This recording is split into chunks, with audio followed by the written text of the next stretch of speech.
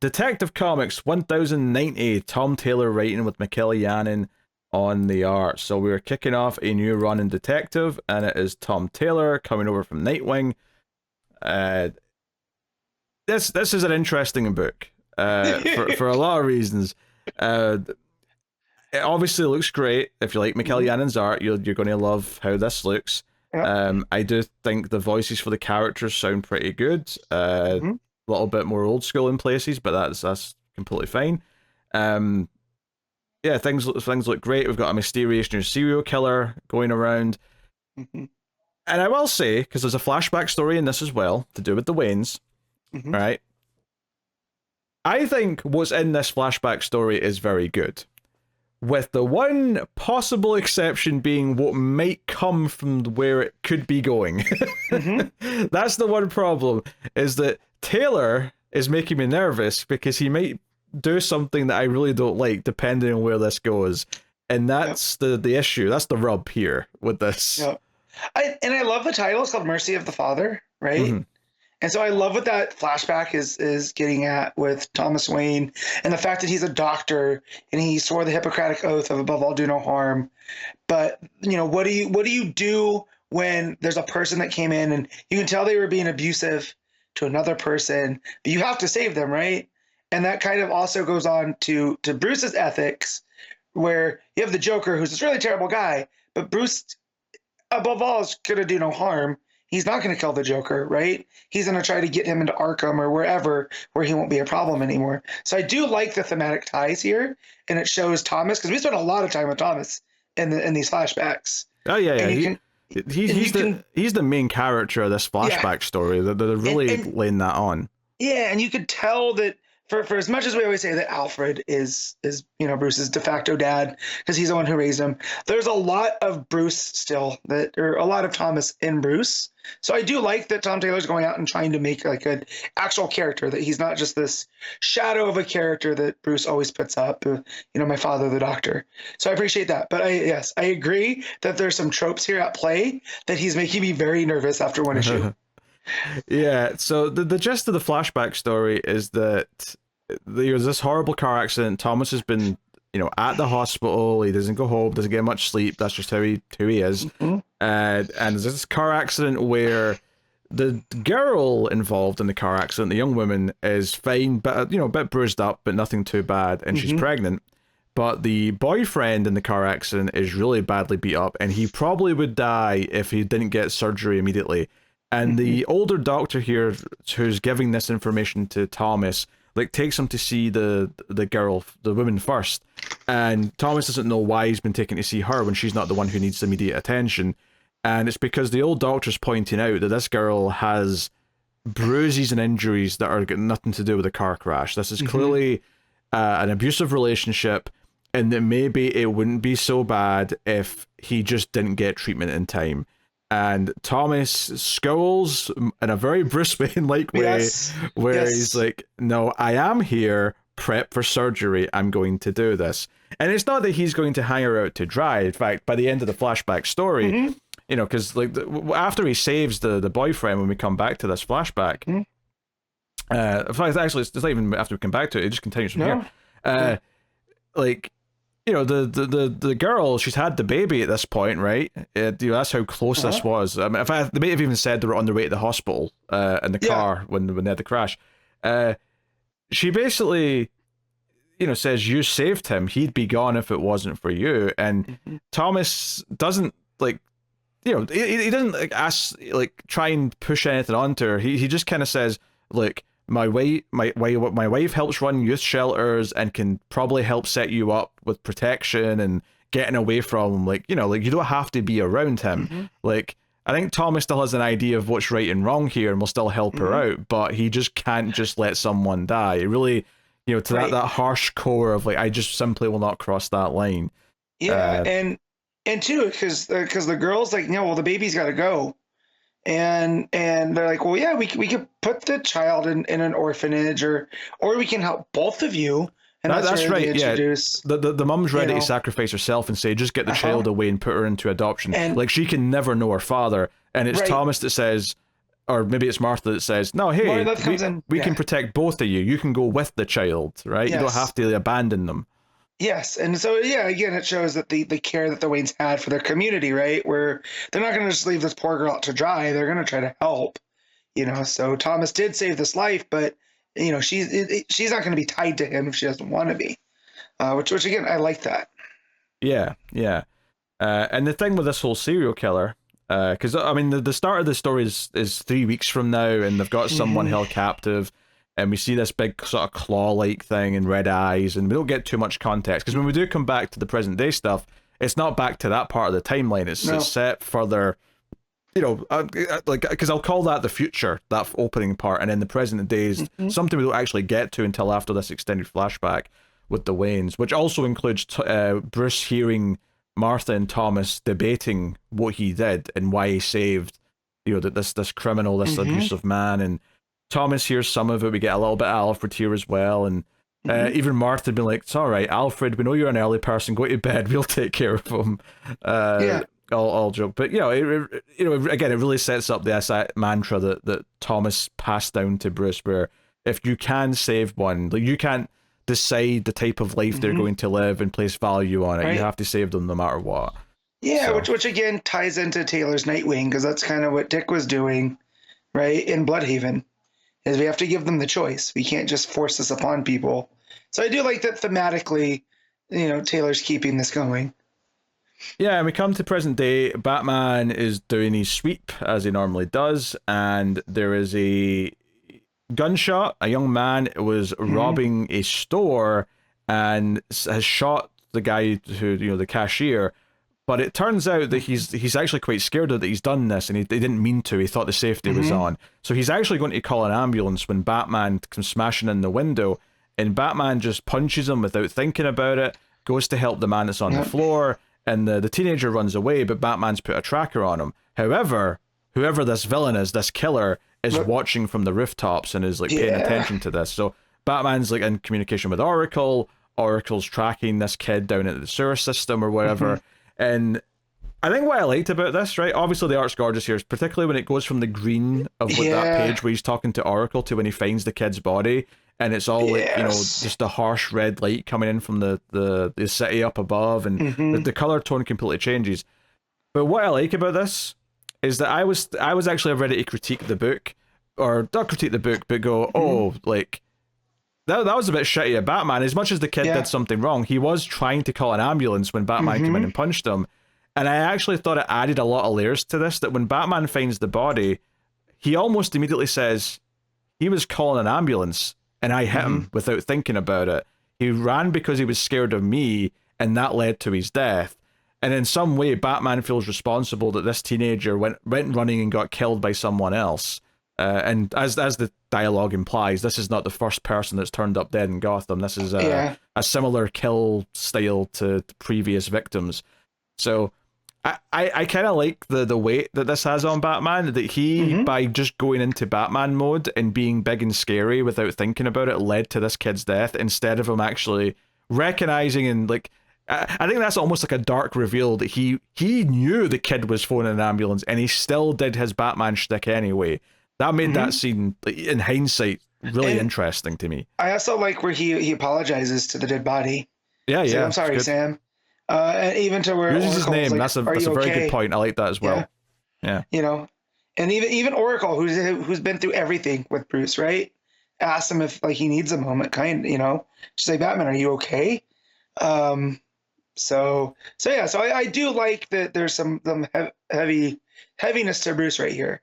Right, he seems like, not that he's in over his head, but he's like, I gotta not just do everything on instinct. Yeah, I'm always down. We said this in Batman and Robin Year One, but I quite like when Batman makes a mistake and has to live with it and, like, realize what he's done wrong and sort of deal with it. Like, I really like this part of the book quite a bit. Bruce, I should say, he's got like a gala thing to go to, and we get introduced to Scarlet Martha Scott. Presumably, the baby from the flashbacks has grown up, and Bruce talks about having known her when he was younger. Now, Yeah. This didn't bother me. I feel like people would probably get into this thinking that I'm going to be annoyed at this because they're retconning someone into his past.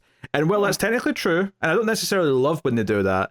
My problem with this tends to be when they're retconning someone into his past that's shocking to him.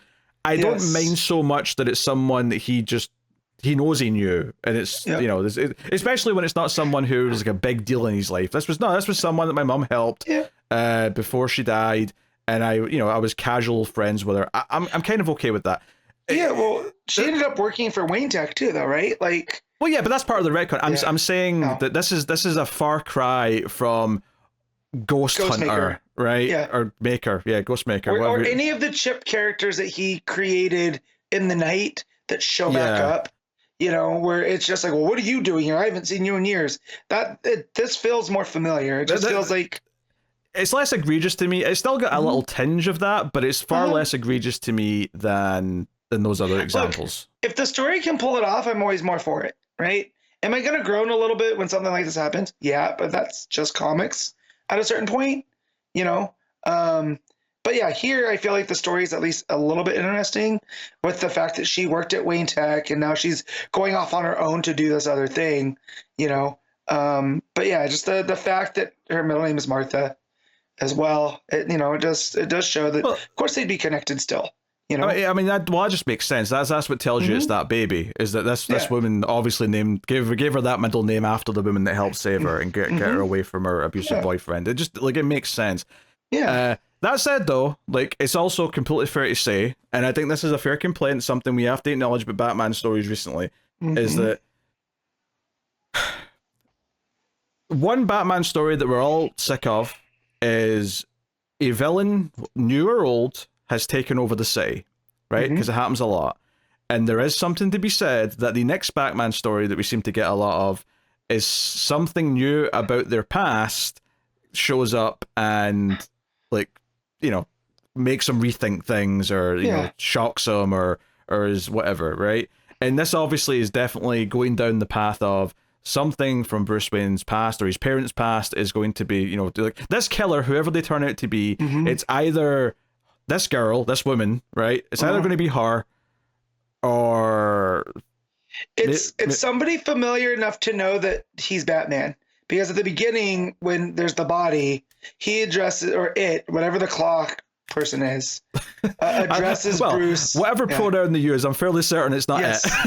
Yeah, you know what I mean. I know what you mean. I don't know, because there could be a creature aspect to it. It seems like a shadowy, sure, it could be unhuman. Right? Yes, all right. Right. It feels like. It was a weird correction. I was like, her or it. I feel like her or him with a bit of better sense. Yeah, but again, whatever. I don't know if it's not this dark because I feel like there's shadowy qualities because the fact that it could get into the sewer and kill without leaving traces, for Batman, unless it was counting on guilt or whatever, which I don't think it was. I mean, anyways, that could just also be someone who's equally as good as Batman, though. Right, of course. But so, just my point is, it's addressing Bruce in the familiar. Like it says, I'm giving you what you want, Bruce. It's not Batman, not anything. No, that's a good point. It's a good point. I'd forgotten they called him by name and the opening scene. That's a good point. So again, the out of the past thing. Again, am I going to groan? Yes. Can we pull it off? This is just issue 1 out of the story. So let's see where it goes. So I'm being cautiously optimistic. It's like we already said. Like we already appreciate the thematic ties and learning more about how Thomas Wayne kind of operated. Like I like most of the flashback story, which helps a ton here. And like what this character introduces here, this Scarlet, she's doing a little medical research, and it turns out she's selling a ridiculous new medical procedure or treatment, I guess we'll call it a treatment, to help keep people young. Bruce meets these 2 rich people that he knows from the city who look younger than the last time he met them, and it turns out that she's been giving them this treatment. And Bruce is offered it, and he has that little thought to himself, well, I've always turned down superpowers, I've turned down kind of magical enhancements or power rings or anything else, but if just basic medical treatment can give me something back here, and obviously this is set up in the issue because he's too slow to actually keep up with the teenager getting into the sewer, and that's part. Let me finish. And that's part of why he's too late to catch that. But what I like about this, and I've seen some people online groan that, oh, this is just an excuse to keep him young, but I'm like, first of all, DC do not need to give us reasons for why they're still young. They'll just keep doing reboots. It's fine. We don't have to actually explain that. Look, but hold on, as a man that's getting... Okay. Let me finish my point. But what I actually like about this is that several parts of Ram V's Detective Comics run, and several parts of even a run that I don't like, which is Zdarsky's Batman, from an editorial point of view, they have been hammering home this idea for the last 6+ months that Batman is getting a little bit older and he is struggling. He's feeling the pain a bit more. He's a little bit slower. It was talked a lot about in Ram V's Detective run. I think maybe even Tamaki's run in Detective, they may have brought this up. This is something that has been coming up and has been addressed repeatedly for at least the last 6 months to a year in various Batman comics. So to me, this idea of him being offered a possible way of like rejuvenating his youth a little bit to like be a better Batman, whether or not he takes it, and arguably he shouldn't, but the idea of him like looking at it and being a little bit tempted, because this feels like it has more weight, because we've heard this character say this from other writers' books for the last like year. This really feels like Taylor has been reading all the Batman books that have been coming out in the last couple of years, and he's not trying to just move away from them. It feels like he's actually trying to address stuff that they were bringing up. Yeah, anyway. Thematically it fits. But I was just say, as a 39-year-old man, right? If you offer me something that's not going to make my bones creak, I'm not a billionaire, but I would, and I'm not Batman, I would definitely think about it. So who's Batman not to? This man constantly is jumping off of things. His knees ain't young, you know. No. He's wearing all that gear, and in fact, I hope he takes it. I hope if he can get not creaky knees, I am here for it, because like you said, all that stuff that you brought up, we've seen this. I'm a step too slow. You know, I can't make the save like I used to. Yeah, and that's him coming to terms with his mortality, right?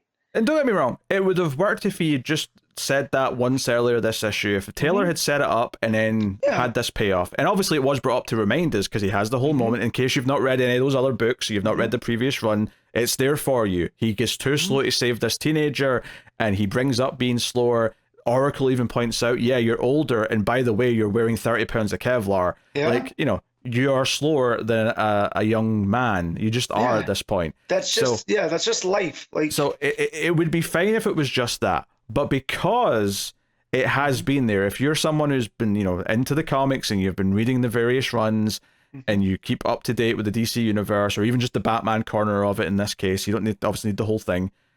This feels like it's paying off stuff that he's been thinking about for a while, the character. Yeah. So that moment when he holds up the little vial and he's like, who could I be? You know exactly what he's thinking. If you've been reading Detective and Batman for the last year, you know exactly what he's thinking when he's looking at this. So to me, this works quite well, actually, because it got me not excited because I want him or not want him to take it. I'm conflicted, to be honest. But it made me excited because I instantly knew it was going on in his head, and it felt like it was actually addressing stuff that's been going on in the books. And because so often the problem when a new writer takes on a book, even when it's a great run, is that they have no interest in continuing things that were in the last run, or side characters that were being used in the last run. It's like a fresh slate almost. And I think this feels like it's Taylor actually acknowledging everything that's been going on recently in the various books, and I actually really appreciate that. It actually feels that there's continuity here, as opposed to, yeah, technically all those things just happened, but we're never going to talk about them or address them.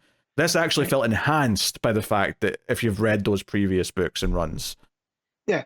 Well, he even talks about this is not technological. This is not him cheating, if you will.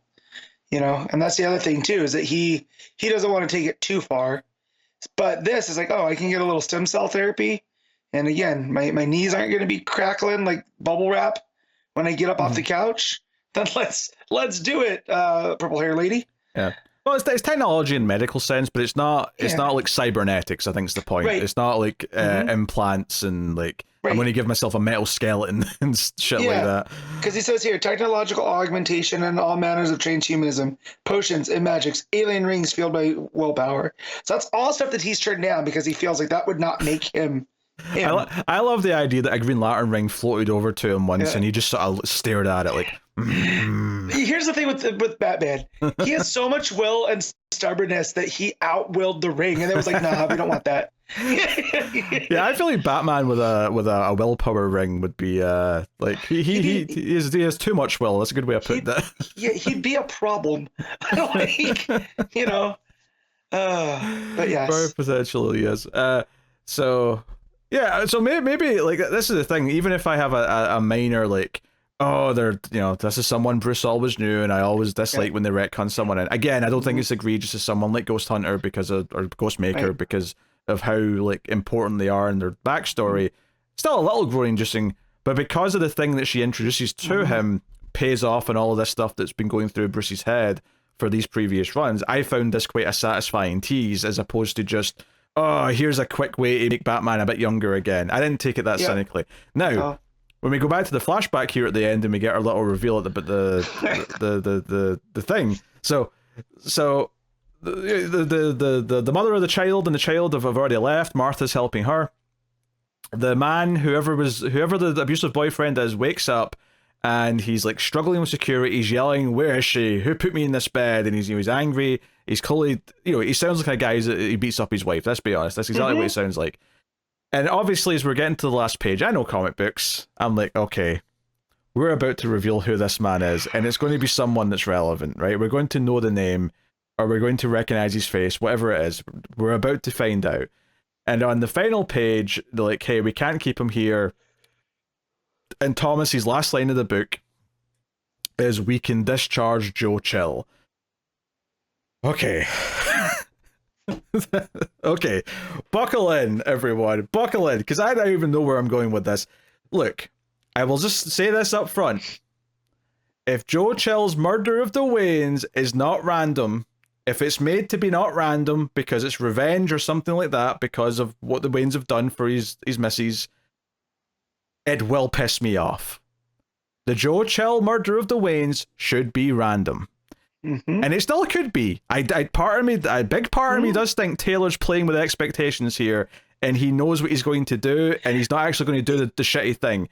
But he's sure is teasing it, that son of a bitch.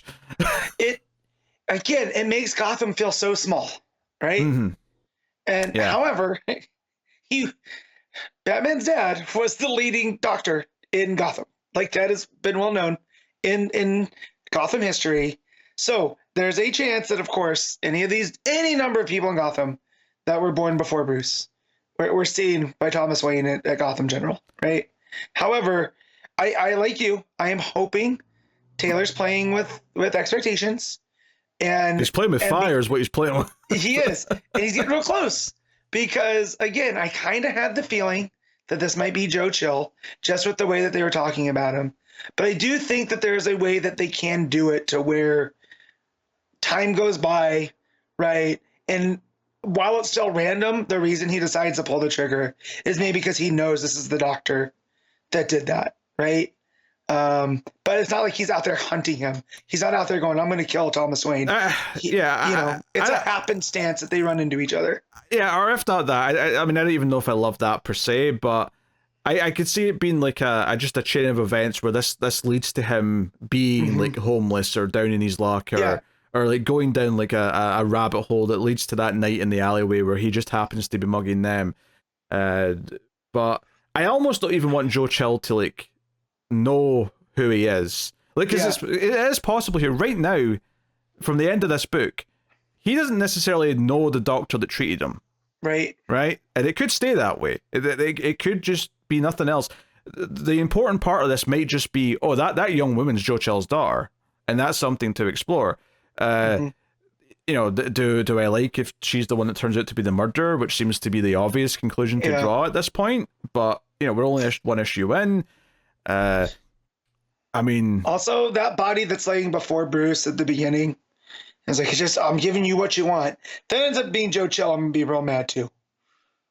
I don't think that'll piss me. I don't think that'll bother me as long as that's something that a villain has done. That won't bother me. I don't think. Like, Because Batman's reaction to that is what matters. I don't think it matters if another villain kills Joe Chill. Haven't we seen this before though? Where they go, this is all that you want. Like, just do what you need needs to be done. You know, and Bruce is always like, no, we can't because all life is sacred.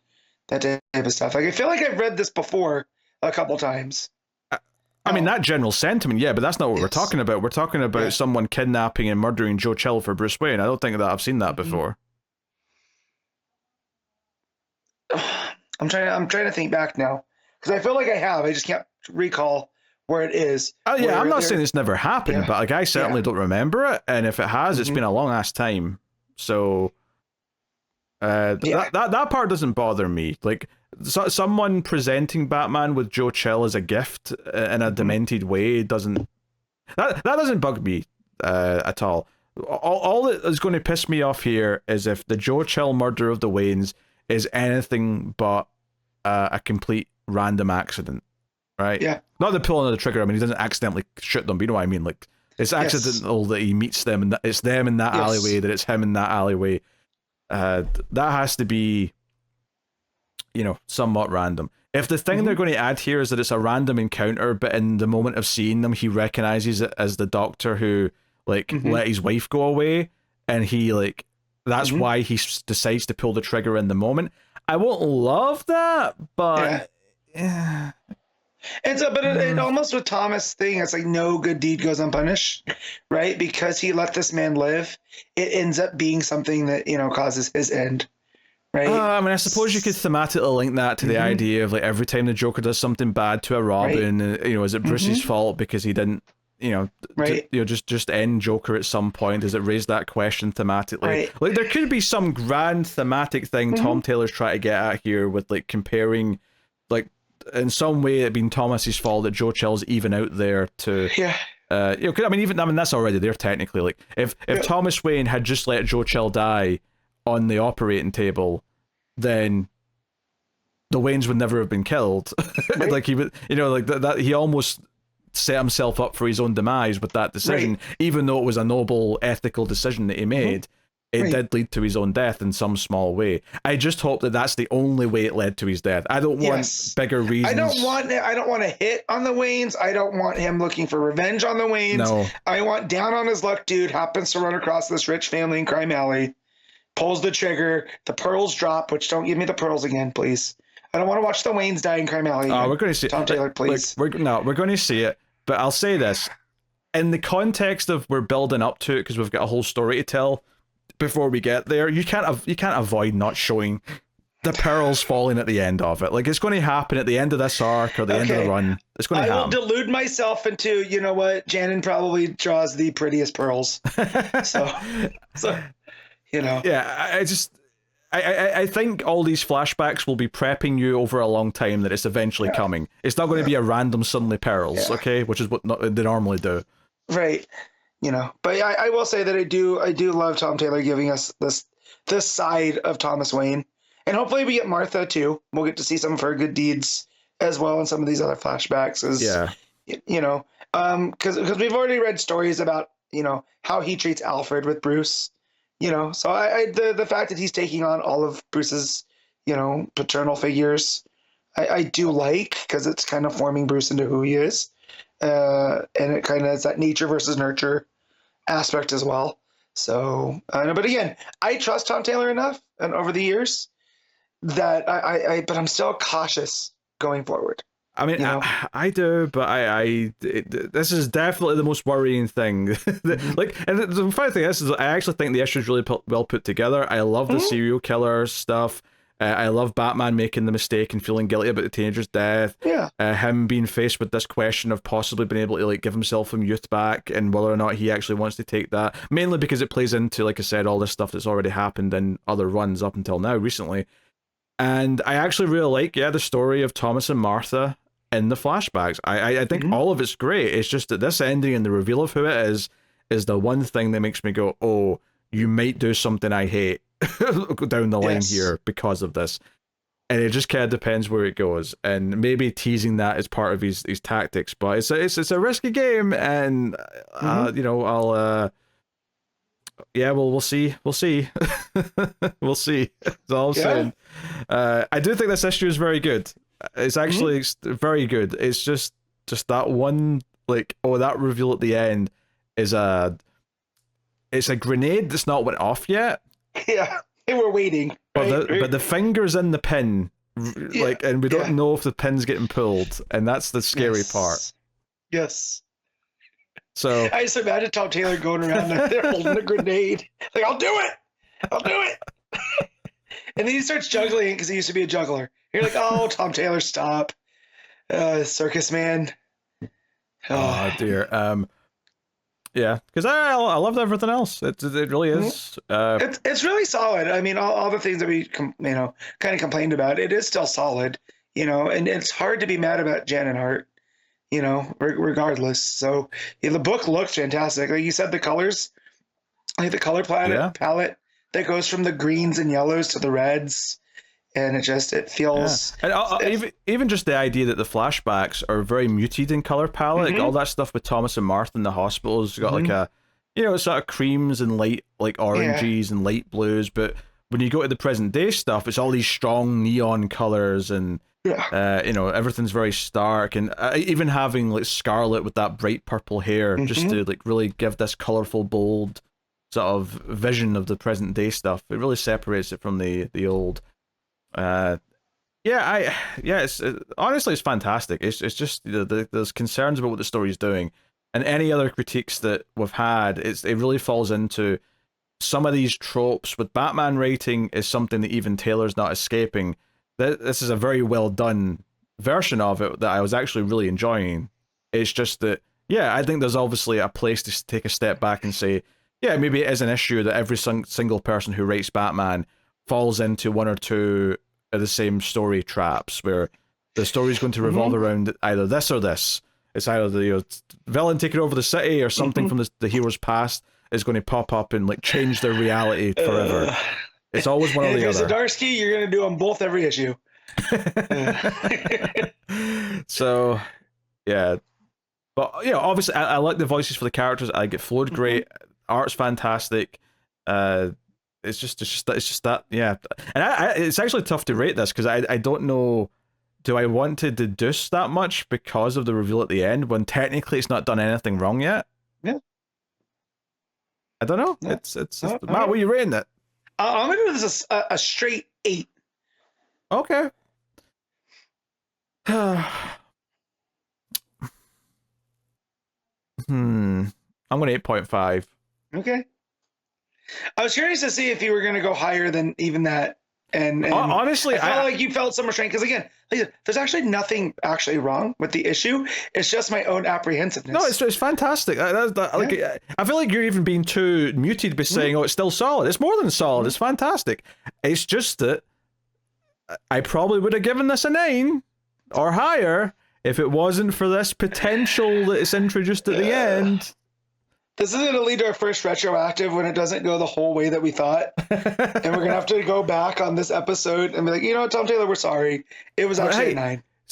If this story's fantastic and it doesn't fall into the trap that we are worried that it will fall into, then it's actually for the better that it kept us on our toes and made us worry the way it has. It'll actually be a great experience because of that. But we don't know that for sure right now. We have to worry right now, and I don't like the worry.